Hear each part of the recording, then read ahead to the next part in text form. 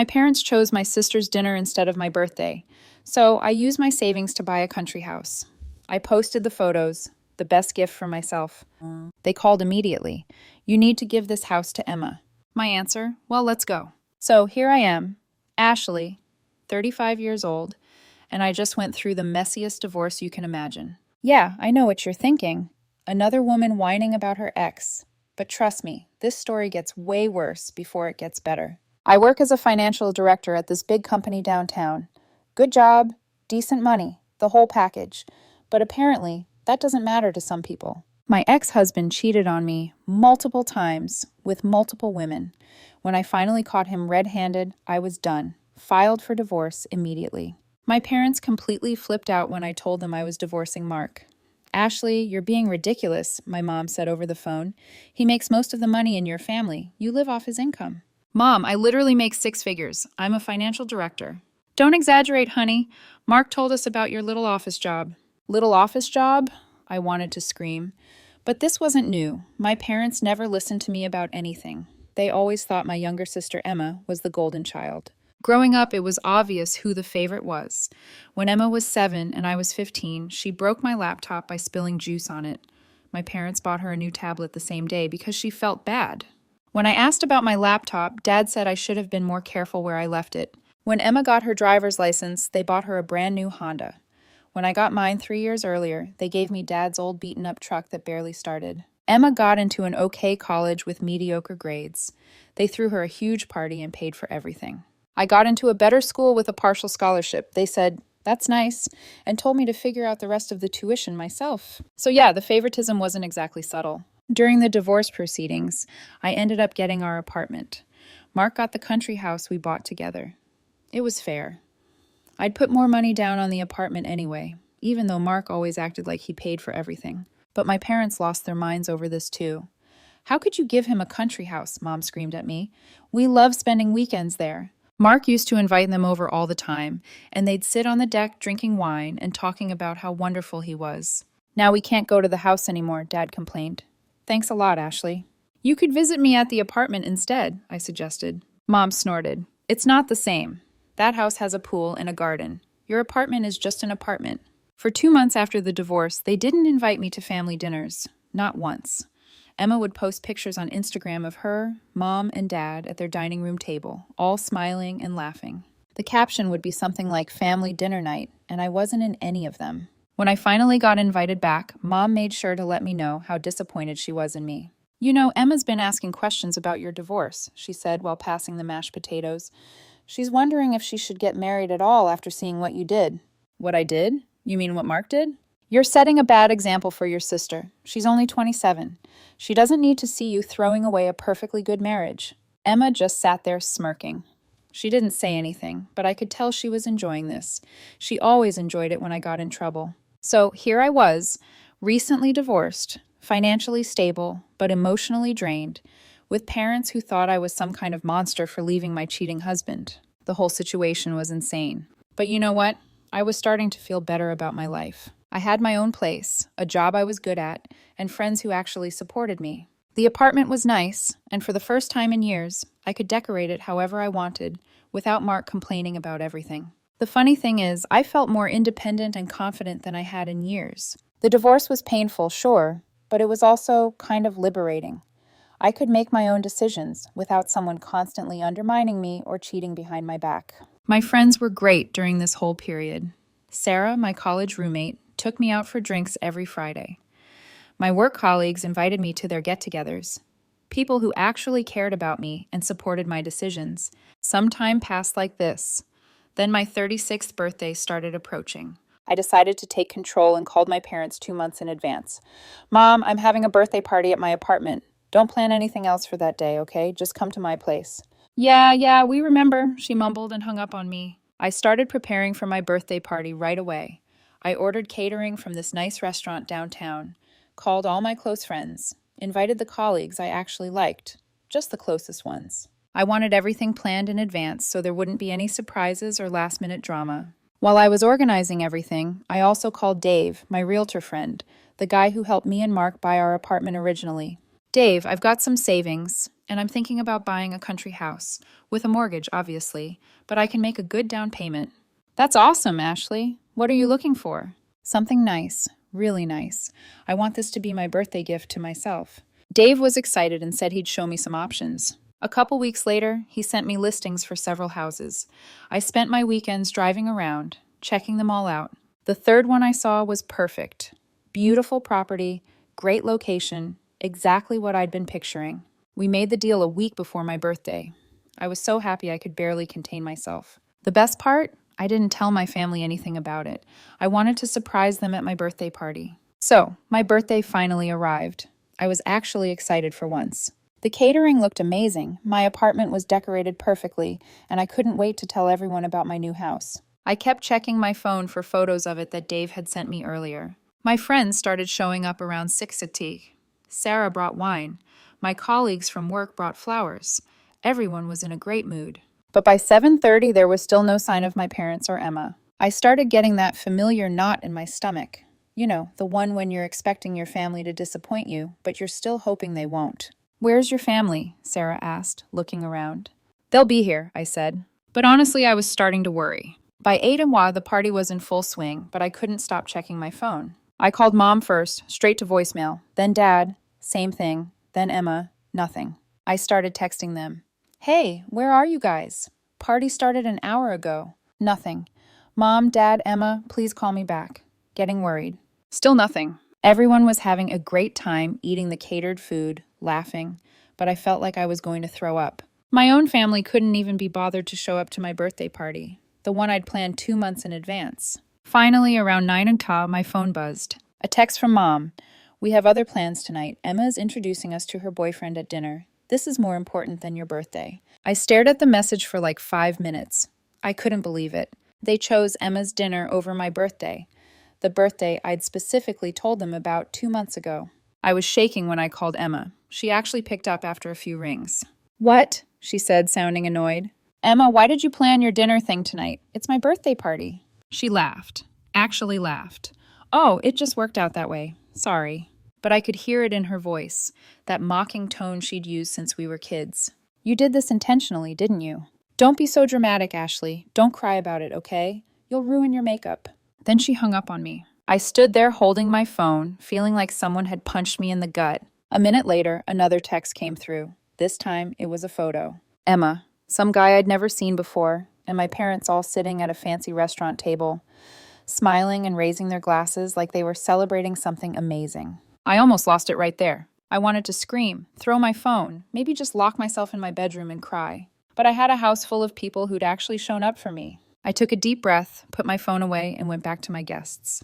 "Everything okay?" my colleague Mike asked. "Yeah, family emergency came up. They can't make it." Nobody pushed for details, which I appreciated. These people actually cared about me enough to be tactful. "Well, their loss," Sarah said, raising her glass. "Happy birthday, Ashley." Everyone toasted, and I felt a little better. At least some people in my life gave a damn about me. That's when I decided to tell them about my surprise. "Actually, guys, I have some news. I bought a house." Everyone got excited and started asking questions. I pulled out my phone and showed them all the photos Dave had sent me. "Oh my God, Ashley, it's gorgeous," Sarah said. "This pool is incredible," Mike added. "You have to throw a housewarming party." Another friend said, "We'll all be there." For the first time all night, I felt genuinely happy. These people were excited for me. They wanted to celebrate my success instead of making me feel guilty about it. The party went until almost midnight. Everyone helped me clean up, which was sweet. After they all left, I sat on my couch with a glass of wine, thinking about what had happened. My family had deliberately chosen to skip my birthday. Emma had planned her dinner on my birthday on purpose, just to hurt me. And none of them, not Mom, not Dad, not Emma, had even bothered to wish me happy birthday. But you know what? I had something they didn't know about, something that was going to change everything. I opened Instagram and uploaded the photos of my new country house. I wrote a caption, "The best gift for myself, love yourself." I knew Mom, Dad, and Emma all followed me on social media. They'd see this post eventually. I went to bed feeling pretty satisfied. Tomorrow was going to be interesting. Saturday morning, I woke up to my phone buzzing like crazy. Missed calls from Mom, Dad, and Emma. Lots of them. I checked my messages. "Mom, what house is this? Where did you get money for this? Call me immediately." Dad, "Ashley, we need to talk. What is going on?" Emma, Is this real? How did you buy a house? Why didn't you tell us? I made myself coffee and ignored all of them. For the first time in my life, I had something they wanted to know about, and they could wait for answers, just like I'd been waiting for them to treat me like I mattered. Sunday morning, I was sitting at my kitchen table in my pajamas, enjoying my coffee and scrolling through my phone. The apartment was quiet, sunlight streaming through the windows, and for the first time in days, I felt relaxed. Then someone started pounding on my apartment door. Not polite knocking. Aggressive, demanding pounding that made my coffee cup rattle against the saucer. I looked through the peephole, and there they were. Mom, Dad, and Emma, all standing in the hallway looking pissed off. I took a deep breath, smoothed down my hair, and smiled to myself before opening the door. Well, well, well, look who decided to visit. They pushed past me into my apartment without waiting for an invitation, their footsteps heavy on my hardwood floors. Mom immediately started looking around. Dad positioned himself in the center of my living room with his hands on his hips. Emma flopped down on my couch without being asked. Ashley, what the hell is going on? Dad shouted, his face already turning red the way it did when he was working himself up to a full tantrum. You bought a house and didn't tell us. That's completely irresponsible behavior. I stayed calm, leaning against my kitchen counter with my arms folded. I was going to tell you at my birthday party, you know, the one you didn't show up to. For a moment, both my parents looked uncomfortable. Mom glanced at Dad. Dad looked at his shoes. Emma suddenly became very interested in examining her manicure. The silence stretched out for maybe 10 seconds before Mom's face hardened again. You can't afford a house with your salary, she snapped, her voice getting that shrill quality it always had when she was losing an argument. Where did you get the money? Did you take out some ridiculous loan? Are you in debt up to your eyeballs? I laughed, actually laughed out loud, throwing my head back. If you people paid any attention to my life, you'd know I make good money as a financial director, but you never listen when I try to tell you anything. Mom's mouth opened and closed like a fish. She clearly had no idea what my actual salary was, despite the fact that I'd tried to explain my job to her dozens of times over the years. That's when Dad said something that made my blood run cold. You need to give this house to Emma. I stared at him. What did you just say? You heard me. Emma needs this house more than you do. I looked at all three of them, thinking they had to be joking. But they weren't. They were dead serious. Mom nodded like this was the most reasonable thing in the world. We talked about it last night. You already have an apartment. Emma doesn't have anywhere to live when she gets married. Married, I said. Emma stepped forward with this smug look on her face. Derek and I are getting engaged soon. We're having our wedding in 6 months. We need somewhere to live. So, you think I should just give you my house? I said slowly. It makes sense, Dad said. You don't need 2 places. I couldn't believe what I was hearing. These people were actually standing in my apartment demanding that I hand over the house I just bought, with my own money, to my spoiled little sister.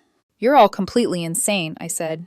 Get out of my house, now. They looked shocked, like they genuinely thought I was going to say, Sure, Emma, take my house. Ashley, don't be selfish, Mom started. Get out, I yelled. I started pushing them toward the door. Dad tried to stand his ground, but I kept pushing. You people are unbelievable, I said as I shoved them into the hallway. I don't want to see any of you again. Ashley, you can't just, Emma started. I slammed the door in their faces and locked it. I could hear them arguing in the hallway for a few minutes. Then finally, their voices faded away. I thought that would be the end of it. I really did. They'd realize how ridiculous they were being and leave me alone. Wrong again. A few days later, my phone started ringing. Aunt Susan. Ashley, honey, I think you're being a little unfair to Emma. I hung up. Then Uncle Bob called. Your mother tells me you won't share your new house with your sister. That doesn't sound like you. I hung up on him too. Then my cousin Jennifer. Come on, Ashley. Emma's getting married. Can't you help her out? More hanging up. I realized Mom had called every relative we had and told them some sob story about how mean I was being to poor little Emma. The calls kept coming for days. But the worst part was what Emma did on social media. She posted this photo of herself crying, actual tears streaming down her face, with a caption that said, When your own sister won't help you because she's jealous that you're getting married and she's divorced, some people can't stand to see others happy. The comments were brutal. All our relatives and family friends telling Emma how sorry they were, how they couldn't believe I was being so selfish. Some people I barely knew were calling me horrible names. I didn't respond to any of it. What was the point? 2 weeks after the whole confrontation at my apartment, I decided to throw a housewarming party at my new place. I invited all the same people who'd come to my birthday. my real friends, the colleagues who actually cared about me, and the few relatives who hadn't demanded I give my house away. I spent the week before the party buying furniture and decorating. The house looked amazing. I was actually proud of what I'd accomplished. The party was scheduled for Saturday afternoon. I'd hired the same catering company, bought plenty of drinks, the whole thing. Around 2 o'clock, people started arriving. Everyone was so impressed with the house. They kept telling me how proud they were of me, how I deserved this, how beautiful everything looked. I was having the best time I'd had in months. Then, around 4, there was a knock at the door. I opened it, and there were my parents. "Surprise!" Mom said in this fake, cheerful voice. They walked right past me into the house like they'd been invited. "Hello, everyone," Mom announced loudly to my guests. "I'm Ashley's mother." My friends looked confused. They knew my parents hadn't come to my birthday. Mom made her way around the room, introducing herself to everyone, acting like the perfect supportive mother. Then she got to the middle of the living room and said, loud enough for everyone to hear, "I'm so proud of Ashley, and I'm sure she's going to let her father and me move into this beautiful house since we've decided to give our house to Emma for her wedding." The room went completely silent. I stood there for a moment, processing what she just said. Then I smiled. "Actually, no," I said just as loudly. "You're not moving into my house." Mom's face fell. "Ashley, we can work this out privately." No, we can't." I walked over and opened the front door. "You need to leave now." Dad stepped forward. "I'm not going anywhere. This is ridiculous." "Then I'm calling the police." I pulled out my phone and started dialing. They left. As they walked to their car, Dad shouted back at me, "You're an ungrateful daughter." I closed the door and turned back to my guests, who were all staring at me. "Sorry about that, everyone. Let's get this party back on track." And we did. My friends rallied around me, told me how proud they were that I'd stood up for myself, and we had an amazing rest of the afternoon. 6 months have passed since that housewarming party disaster, and I haven't spoken to my family once, not a single word. And honestly, it's been the most peaceful 6 months of my adult life. I know Emma got married because I saw the photos on social media. Looked like a nice wedding. Expensive, too. I wasn't invited, obviously. Not that I would have gone anyway. I deleted all their social media accounts from my friends list after that, so I don't have to see their fake happy family posts anymore. From what I heard through the grapevine, because people love to gossip, Emma and her husband Derek are renting some apartment across town. Apparently, it's not very nice. My cousin Jennifer mentioned it when she called to try to guilt-trip me again about 2 months ago. "Emma and Derek are living in this tiny one-bedroom place," she said. "If you just let them use your country house." I hung up on her mid-sentence. I've gotten really good at hanging up on people.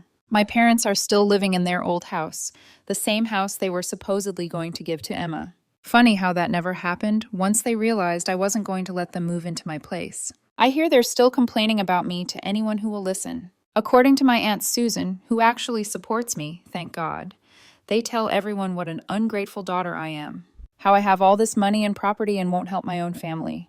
"They make you sound like some kind of monster," Aunt Susan told me last month. I just nodded and changed the subject. The best part is that they never actually tell people why I cut them off. They never mention skipping my birthday party, or demanding I give Emma my house, or trying to move into my place without asking. They just paint me as the selfish person who abandoned her loving family for no reason. But I don't care anymore. I really don't. My life is so much better without their drama. I love my country house. I spend every weekend there, sometimes having friends over, sometimes just enjoying the peace and quiet. I've got the pool area exactly how I want it. I planted a vegetable garden. I even got a dog, a golden retriever named Charlie, who's the best companion ever. Work is going great, too.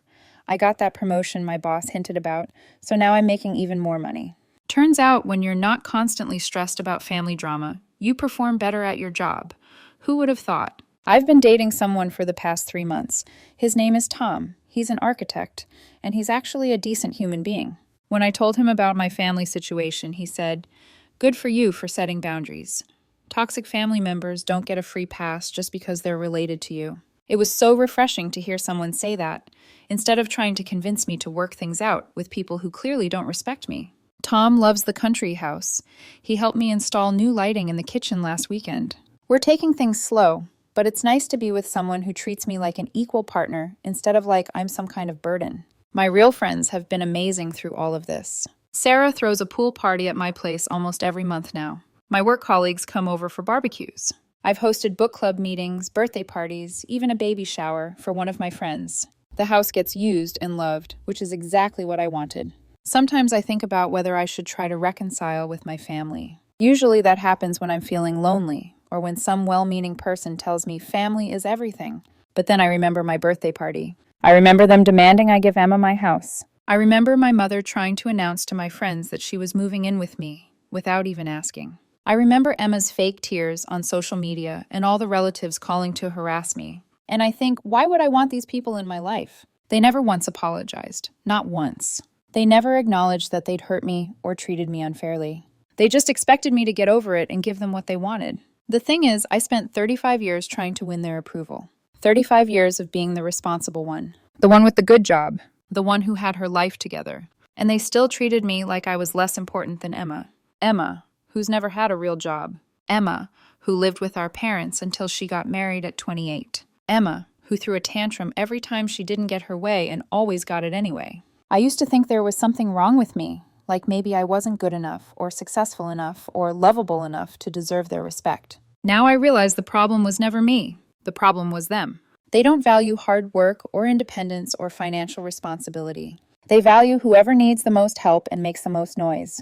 They're not proud of me for buying my own house. They're resentful that I have something they want. So no, I don't miss them. I don't miss the constant criticism. I don't miss the favoritism. I don't miss the guilt trips, the drama, the way they made me feel small. I don't miss feeling like I'm never good enough, no matter what I accomplish. I miss the idea of having a loving, supportive family. But that's not what I had. What I had was 3 people who saw me as a resource to be exploited, not a person to be loved. Charlie just brought me his tennis ball, which means it's time for our evening walk around the property. The sunset looks beautiful from my back deck. Tonight, Tom's coming over and we're going to grill some fish and watch a movie. This is my life now. Quiet, peaceful, filled with people who actually care about me and respect my decisions. I have a beautiful home that I bought with my own money. A job I'm good at. Friends who show up when it matters. I don't need people who only contact me when they want something. I don't need family members who think love means giving them whatever they demand. I don't need parents who choose favorites and expect the unfavored child to just accept it forever. What I need, I have. What I don't have, I don't need. And you know what? I'm really genuinely happy.